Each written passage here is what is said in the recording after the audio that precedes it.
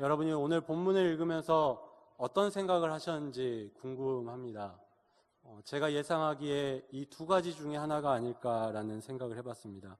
첫 번째는 나 이 이야기 알아 라는 거고요. 하나는 부자 청년이 예수님 말씀 거절하고 돌아간 이야기야 라고 생각하지 않았을까라는 생각을 해보게 됩니다. 사실 성경을 읽고 또 성경을 많이 듣다 보면 우리가 말씀을 들을 때 그 이야기의 결론을 알고 말씀을 듣는 경우가 참 많이 있습니다.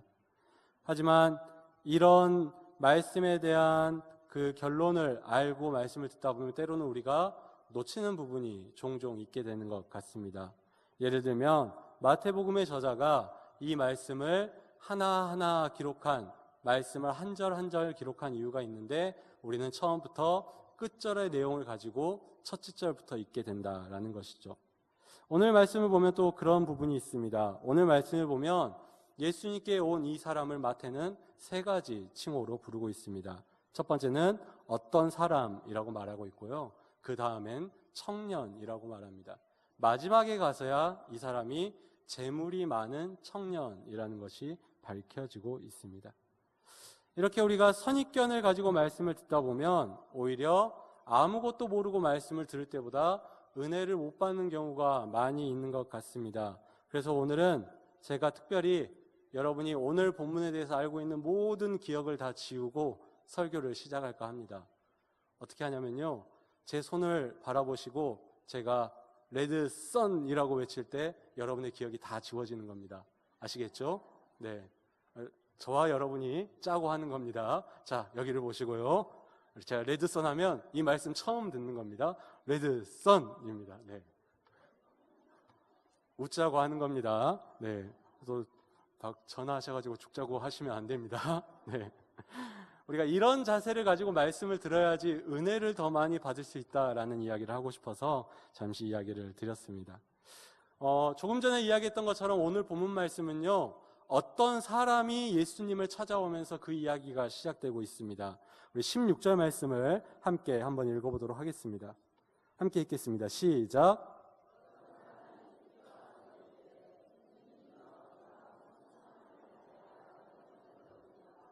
아멘. 오늘 말씀에 보면 이 어떤 사람이 예수님께 와서 영생에 대해서 묻습니다. 그리고 영생을 위해서 자신이 해야 될 선한 일에 대해서 묻습니다. 선한 일 그리고 영생, 이 두 단어만 딱 들었을 때 우리가 이 뒷이야기를 모른다는 전제하에 이 사람은 굉장히 거룩한 사람으로 보입니다. 거룩한 일에 관심이 많은 사람으로 보이죠. 예수님께 와서 선한 일을 해서 영생을 얻고자 하는 어떤 구도자와 같은 자세를 보이고 있다라고 생각할 수 있습니다. 즉 자신이 모르는 것에 대해서 예수님께 겸손히 묻는 한 사람의 모습으로 보입니다. 하지만 이어지는 예수님의 대답으로 이 사람이 어떤 사람인지가 밝히 드러나게 됩니다. 이 사람이 쓰고 있던 가면이 벗겨지게 되는 것이죠. 예수님께서 뭐라고 하시냐면요, 어찌하여 선한 일을 내게 묻느냐라고 말씀하십니다. 예수님께서 많이 인자하시고 착하셔서 돌려서 좋게 이야기하신 것 같습니다. 쉽게 말해서 알고 있으면서 왜 묻느냐라는 예수님의 대답입니다. 그래서 이 사람이 지금 알고 있으면서도 예수님께 묻고 있다라는 것을 예수님께서 그 대답을 통해서 우리에게 보여주고 있습니다. 그런데 이 사람은 예수님께 계속해서 자기가 어떤 계명을 지켜야 되는지 묻고 예수님께서 그 계명을 말하자 예수님 그 사람이 기다렸다는 듯이 이렇게 이야기합니다. 20절 말씀을 함께 읽도록 하겠습니다. 함께 읽겠습니다. 시작.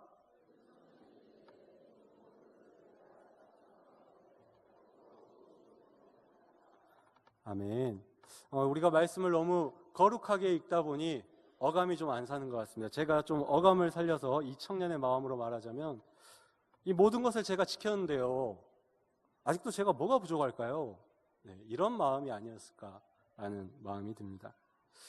사실 이 사람이 지금 이러한 대답을 하는 것은 예수님으로부터 내가 얻고 싶은 대답을 얻기 위해서 그 질문을 시작했다라는 것입니다.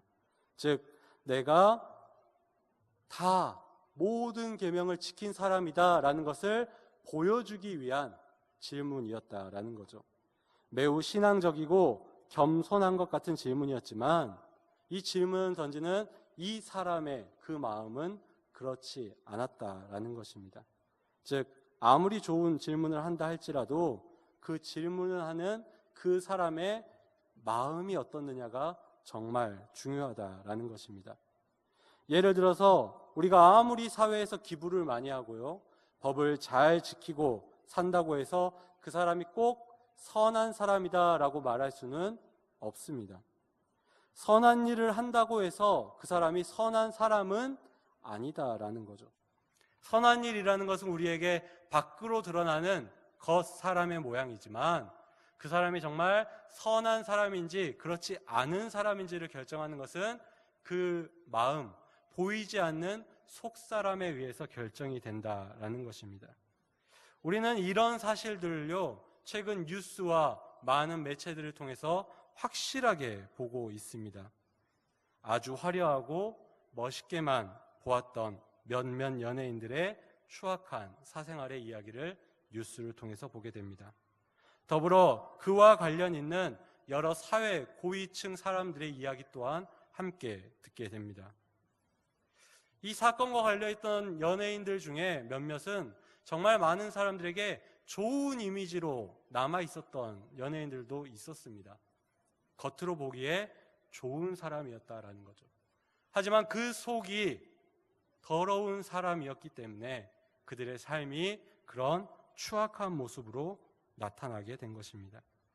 이들과 연관되어 있다고 언급되는 사람들 마찬가지로 사람들 역시 겉으로는 시민과 사회를 위해서 열심히 일하는 공직자, 경찰처럼 보였지만 정작 그들의 정체는, 그들의 속은 자기의 욕망을 채우는 데 급급한 아주 추악한 사람들이었다라는 것입니다.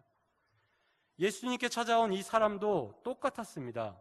진짜 영생을 얻기 위해서가 아니라 모든 계명을 잘 지킨 나 자신을 뽐내기 위해서 예수님께 찾아오고 묻고 있는 것입니다.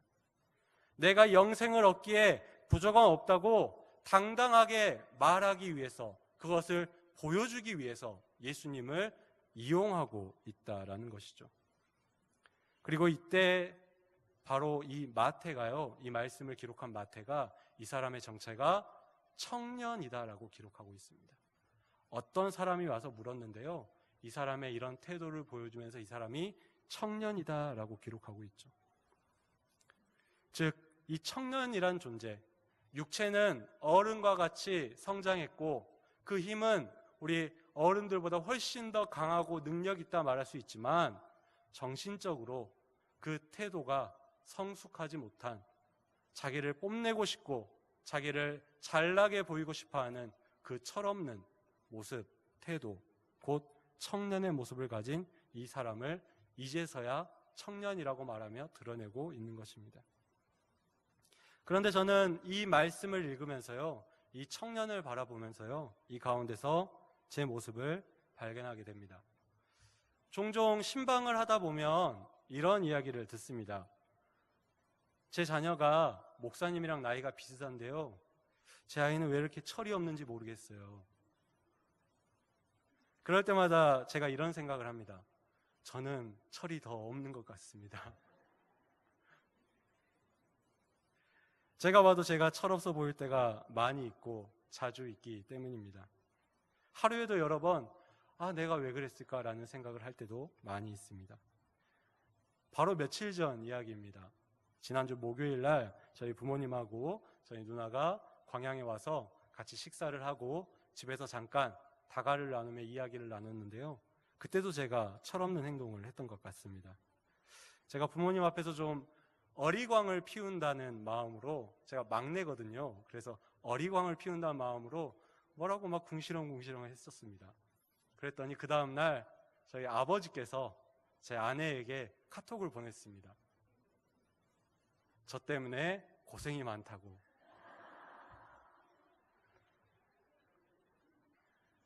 그 이야기를 들으면서 또 내가 부모님 앞에서 철없이 행동했구나라는 생각을 해보게 됐습니다. 그리고 이런 철없는 행동은요, 철없는 모습은요, 제 개인적인 삶뿐만 아니라 교회 안에서도 분명히 나타날 것이다 라고 생각을 합니다. 나름 성실하게 해왔다고 생각하지만 어린 나이에 목회자가 되고 성도님들의 사랑과 섬김을 받다 보니 때로는 제가 제 상태에 대해서 정확하게 알지 못하고 저를 마치 더 잘난 것 마냥 생각할 때가 있지는 않았는가. 아무것도 아니면서 마치 뭐가 된 것 마냥 생각할 때가 있지는 않았는가라는 생각을 해보게 됐습니다. 즉, 이 말씀에 기록된 자기를 드러내고 싶어서 예수님께 왔던 이 철부지 청년의 모습에서 제 모습을 발견하게 된다라는 것입니다. 그렇다면 여러분은 어떻습니까?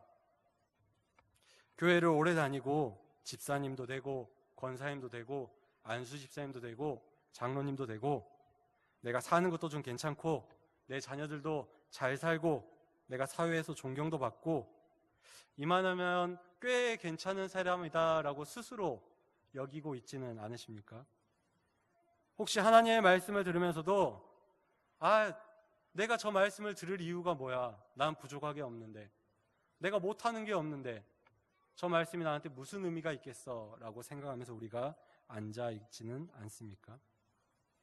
혹시 우리의 모습이 예수님 앞에서 자신의 잘남을 자랑하는 이 철부지 청년과 같은 모습으로 앉아있지는 않은지 우리가 한번 생각해 볼 필요가 있는 것 같습니다. 근데 더 중요한 것은요, 거기서 멈추지 않고 철부지와 같은 자세로 내가 말씀을 지키며 살아가고 있다라고 생각하고 있지는 않은가라는 생각을 해보게 됩니다. 오늘 말씀을 보면 이 청년이 예수님께서 말씀하신 계명들을 자기가 다 지켰다라고 분명하게 이야기합니다. 근데 진짜 이 청년이 계명을 다 지켰을까요? 이런 생각을 가진 사람이, 과연 이런 철없는 사람이 정말 하나님께서 명령하신 그 계명을 다 지켰을까라는 생각을 해보게 됩니다. 혹은 자기 기준에 맞춰서 그냥 적당히 계명을 지키고 다 지켰다라고 말하고 있지는 않은가라는 것입니다. 우리나라에서 젊은 사람들에게, 젊은이들에게 효가 무엇입니까? 라는 설문조사를 진행한 적이 있습니다. 그런데 많은 젊은이들이 뭐가 효라고 생각을 했냐면요, 부모님 속을 썩이지 않는 것이 효다라고 이야기를 했다고 합니다. 그러면 이런 생각을 가진 사람한테 효는 뭘까요? 효도하는 방법은 아무것도 하지 않으면 효도할 수 있다라는 거죠. 뭔가 내가 해서 실수를 하느니 차라리 아무것도 안 하는 게 부모님한테 효도하는 거다라는 생각을 가질 수 있다라는 것입니다. 내가 부모님을 사랑하기 때문에 부모님을 기쁘게 하기 위해서 어떤 행동, 효도를 하려고 하는 게 아니라 그냥 아무것도 안 하는 게 효도가 되어버린 젊은 세대의 모습이 있다라는 것입니다. 즉, 사람은 자기 수준에서만 생각하고 자기 수준에서만 지키는 것이 사람입니다. 예를 들어서 초등학생들은요, 어버이날 편지 한 장 쓰고 카네이션 하나 부모님 달아드리면 내가 1년 동안 할 효도를 다 했다고 생각을 합니다. 다음 어버이날까지 내가 부모님께 해야 될 일을 다 했다라고 여기게 된다라는 거죠. 그래서 1년에 하루는 부모님을 위해서 살고 나머지 364일은 자기를 위해서 사는 게 초등학생의 모습입니다. 하지만 이 세상에 누가 부모님께 부족함 없이 사랑을 다하고 효도를 다했다라고 말할 수 있겠습니까? 정말 효도를 열심히 하시는 분들을 보면요, 어떻게 그렇게 효도를 열심히 하십니까? 라고 물었을 때 이렇게 대답합니다. 그래도 부족하다라고 이야기하는 게 진짜 효도하는 자녀의 모습이라는 거죠. 그러면 우리도 지금 하나님 앞에서 이런 모습을 보이고 있지는 않는가라는 것입니다. 예를 들어서 지금 우리가 남들은 드리지 않는 오후 예배 내가 드리고 있으니까 나는 할 일 다 했다. 내가 남들보다 봉사 많이 하니까 나는 남들보다 잘났다. 남들보다 교회에서 내가 보내는 시간이 많으니까, 내가 남들보다 교회에서 혹은 신앙적으로 뭔가를 많이 하니까 나는 괜찮은 사람이고, 나는 완전한 사람이고, 나는 하나님의 계명을 다 지켰다라고 우리가 스스로 생각하고 있지 않느냐라는 것입니다. 일주일에 하루, 주일을 제대로 살았다고 해서 나머지 6일을 우리 마음대로 살아놓고 나는 하나님께 내 삶을 다 온전히 드렸다라고 말하는 게 우리의 모습은 아닌가라는 것입니다. 본문의 청년은 결국 자기 수준에서 생각하고 행동하고 자신이 완전하다라고 생각했습니다. 그리고 그 결과 자신이 잘난 사람이란 것을 모든 사람들에게 보여주고 싶었습니다. 그리고 이 청년의 모습이 바로 지금 여기 서 있는 제 모습인 것 같습니다. 그리고 우리의 모습이라는 것입니다. 그리고 그렇게 뭐라도 된 마냥 살아가는 청년과 우리에게 예수님께서 그리고 지금 이 자리에서 하나님이 이렇게 말씀하고 있습니다. 오늘 본문 21절 말씀을 함께 읽어보도록 하겠습니다. 21절 말씀입니다. 시작.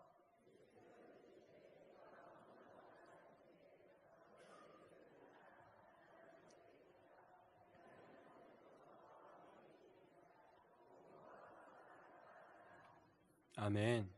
예수님께서는 스스로 완전하다라고 여기던 그 청년에게 이렇게 말씀하십니다. 그가 가진 소유를 다 팔아라. 그리고 나를 따르라 라고 말씀하십니다. 마태는 지금에 와서야 그가 재물이 많은 사람이었음을 기록하고 있습니다. 그리고 이것으로 인해 그가 근심하게 되었다라고 말하고 있습니다. 그의 소유라고 말할 수 있는 이 재물은 사실 그로 하여금 자신을 존재하게 하는 아주 중요한 무언가였습니다. 그에게 있어서 이 재물이 없다면 그는 스스로 자신을 세울 수 없는 존재였다라는 거죠. 그가 재물이 있었기 때문에 이웃 사랑을 실천할 수 있었고요. 그가 재물을 통해서 얻은 자신의 행위 때문에 자신이 온전한 사람이다라고 스스로 결론을 얻게 된 것이었습니다. 그래서 그는 자신이 영생을 얻을 수 있다고까지 스스로 생각한 것입니다. 그가 가진 재물, 소유로 인해 자신이 완전하다라고 여겼다라는 것입니다. 그렇게 그가 버려야 될 소유라는 것은 그가 자신을 존재할 수 있게끔 만들어줬던 재물이었던 것입니다. 그렇다면 예수님께서 지금 여러분에게 너의 소유를 다 버리고 나를 따르라 라고 말씀하시면 여러분의 소유는 과연 무엇입니까? 이 청년에게 재물, 나를 존재하게 해줬던 재물과 같은 여러분에게 여러분 자신을 존재하게 만드는 그것은 과연 무엇입니까? 여러분의 멋진 외모이십니까? 아니면 좋은 옷과 좋은 액세서리, 사회에서나 교회에서나 존경받는 위치에 올라가 있는 것, 내가 쌓아둔 기도 시간, 내가 성경적 지식이 많은 것, 내가 성경 통독 많이 한 것, 그게 내가 하나님 앞에서 온전하다라고 말할 수 있는 나의 대답인 것입니까? 아마 사람들마다 다 다를 것입니다. 하지만 그것이 무엇이든지 관계없이 예수님은 우리에게 그것을 팔아버리라고 말씀하고 있습니다. 내가 예수 그리스도 외에, 내가 하나님 외에 내 스스로 나를 자부심 갖게 만드는 것, 내 스스로 나를 완전하다라고 생각하게 만드는 그것을 다 팔아버리라라고 말씀하고 있습니다. 왜냐하면 아무리 우리 소유가 좋은 것이고 우리를 잘되게 하는 것으로 보인다 할지라도 그것은 우리를 구원할 수 없기 때문입니다.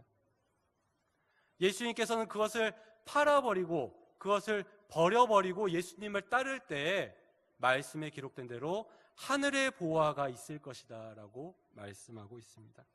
즉 내가 나를 세웠다고 말하는 그 모든 것을 내가 정리하고 없애버리고 예수님을 따를 때 우리에게 예수님께서 약속하신 하늘의 보화가 있다라는 것입니다. 저는 여러분이 여러분의 소유를 포기할 수 있는 우리 성도님들 되기를 간절히 소원합니다. 예수님을 따르는 것보다 예수님보다 내게 더 중요한 것이 없음을 고백하고 실천하는 여러분 되시기를 바랍니다. 그런데 사실 포기하는 건 참 쉽지 않습니다. 내가 평생 이것만 의지하고 살았는데, 이게 없으면 나는 무너질 것 같은데, 이게 없으면 나는 사람들 앞에 나를 내세울 게 하나도 없는데, 예수님이 그걸 포기하라고 말씀하십니다. 한순간에 되는 일이 아니다라는 것입니다. 이 부자 청년도 마찬가지였습니다. 예수님의 요청 앞에 그는 근심하며 돌아갔다라고 성경은 기록하고 있습니다. 그리고 그 후로 이 사람이 어떻게 살았는지는 성경에 기록되어 있지 않습니다. 이 사람이 진짜 예수님 말씀대로 그걸 다 포기하고 예수님을 따랐을 수도 있고요, 아니면 이전에 철없던 삶처럼 그냥 자기 만족에 살았을 수도 있습니다. 우리는 사실 그가 근심했다라고 기록된 이유만으로 그가 무조건 예수님을 따르지 않았을 것이다 라고 생각할 때가 있습니다. 하지만 우리가 기억할 것은 이 근심이라는 것이요, 꼭 나쁜 게 아니다라는 것입니다. 저는 여러분도 근심을 좀 하셨으면 좋겠습니다. 죄송합니다. 근데 진심으로 근심을 좀 하셨으면 좋겠습니다. 진정한 결단과 진정한 삶의 변화는요, 근심한 이후에 따라오기 때문입니다. 고린도후서 7장 10절에 이렇게 기록이 되어 있습니다. 우리 화면을 보면서 함께 읽어보도록 하겠습니다. 띄워주시기 바랍니다. 우리 함께 읽겠습니다. 시작. 후회할 것이 없는 구원에 이르게 하는 회개를 이루는 것이요, 세상 근심은 사망을 이루는 것이니라. 아멘. 이 말씀에 보면요, 근심에도 종류가 있다고 합니다. 바라기는 여기에 모인 우리 모두들은 하나님의 뜻을 이루기 위한 근심을 하시기 바랍니다. 그래서 그 근심을 통해 결국에는 하나님의 뜻을 선택하고 예수님을 따르기로 결단하는 여러분 되시기를 간절히 소원합니다. 우리가 이 근심을 통해서 진정한 결단을 내리고 구원에 이르는 회개, 삶의 변화를 얻는 여러분 되시기를 바랍니다. 우리가 그렇게 할 때에 예수님께서 약속하신 그 하늘의 보화가 우리 가운데 있게 될 줄로 믿습니다. 특별히 이 4월 달에는 우리가 우리의 것을 포기하고 내려놓고 이웃들을 위해 사랑을 나눌 만한 일들이 참 많이 있습니다. 광고를 보시면 아시겠지만 당장 이번 주 목요일 날은 우리가 광영동 이웃들을 섬기기 위해 거리 청소에 나섭니다. 또 25일 날은 국내 선교 사업으로 주변 이웃들을 섬기고자 합니다. 26일 날은 경로잔치로 이 지역의 어르신들을 섬기려고 합니다. 특별히 우리 주변의 어려운 이웃들을 위해 행하는 이 일들 가운데에 여러분의 소유를 팔아 동참할 수 있는 여러분 되시기를 간절히 소원합니다. 어떤 분들은 이 일을 위해서 휴가까지 내고 동참하시는 분도 있습니다. 휴가라는 자기 소유를 팔아 동참하시는 분도 있다라는 거죠. 그런데 여러분의 도움이 더 필요합니다. 특별히 우리 남자분들의 도움이 많이 필요합니다. 그래서 여러분들이 여러분의 가진 시간과 여러분의 힘과 여러분의 땀과 수고, 여러분의 가진 소유를 한번 이번 기회에 팔아 나눠 보시기를 바랍니다. 여러분이 여러분의 것을 나누는 그곳에서 예수님을 함께 보게 될 줄로 믿습니다. 말씀을 마치겠습니다. 많은 사람들, 특별히 젊은 사람들이 최근에 추구하는 삶의 방식, 라이프 스타일이 있습니다. 오늘 말씀 제목인데요, 미니멀리즘이라고 부르는 삶의 방식입니다. 쉽게 말해서 최소한의 것만을 가지고 살아가는 것을 이야기합니다. 예를 들어서 집안에 존재하지만 사용하지 않는 물건들을 다 정리하고 나눠주고 버리고 내게 필요한 최소한의 물건만 가지고 살아가는 방식입니다. 우리가 이런 이야기를 들으면 그렇게 살면 과연 행복할까라고 생각이 듭니다. 그런데 실제로 이렇게 사는 사람들의 이야기를 들어보면요, 많이 행복해진다라고 합니다. 그 이유를 물어봤더니 내가 관리할 물건이 줄어들면요, 그만큼 내게 시간이 많이 생기고 그 시간을 내 자신을 위해서 그리고 내 가족을 위해서 사용할 수 있기 때문에 삶의 질이 훨씬 더 높아진다라고 이야기해서 많은 사람들이 이러한 삶을 추구하려고 합니다. 여러분도 그 행복을 한번 느껴보고 싶으십니까? 버리기 싫으십니까? 이 미니멀리즘을 실천하기 위해서 여러분이 혹시 마음에 있다면 오늘 당장 가서 해야 될 일이 뭐냐면요, 예배 끝나고 집에 가자마자 냉동실 구석에 있는 2년 전 명절 음식을 꺼내서 버리시면 됩니다. 하실 수 있으시겠습니까? 사실 우리는 살아가면서 우리 집에 있는 쓰지 않는 물건 버리는 것도 쉽지가 않습니다. 그런데 내가 가장 중요하게 생각하는 나를 만들어준 그것을 포기한다는 게 과연 쉬울까 싶습니다. 그렇게 어려운 일이지만 이 사순절 가운데에, 이 예배 가운데에 예수님께서는 우리에게 말씀하십니다. 내 소유를 팔아라. 그리고 나를 따르라 라고 말씀하고 있습니다. 이 말씀에 아멘이라고 순종하신다면 참 감사하겠지만 그렇지 않고 청년과 같이 근심하며 돌아가는 여러분이 있을 수도 있습니다. 그런데 저는 이렇게 말하고 싶습니다. 여러분 모두가 다 근심하며 돌아가시기를 바랍니다. 제가 이렇게 이야기 드리는 이유는요, 저에게 이런 믿음이 있기 때문입니다. 우리 안에 선한 일을 행하시는 하나님께서 우리로 하여금 이 근심 끝에 하나님을 따르는, 예수님을 따르는 그 결단이 반드시 있게 될 줄로 믿습니다. 그렇기 때문에 고민하고 근심하시고 그리고 결단하는 여러분 되시기를 바랍니다. 그래서 이 근심을 통해서 예수님만을 따르는 우리 금호교회 성도님들 되기를 간절히 소원합니다. 기도하겠습니다.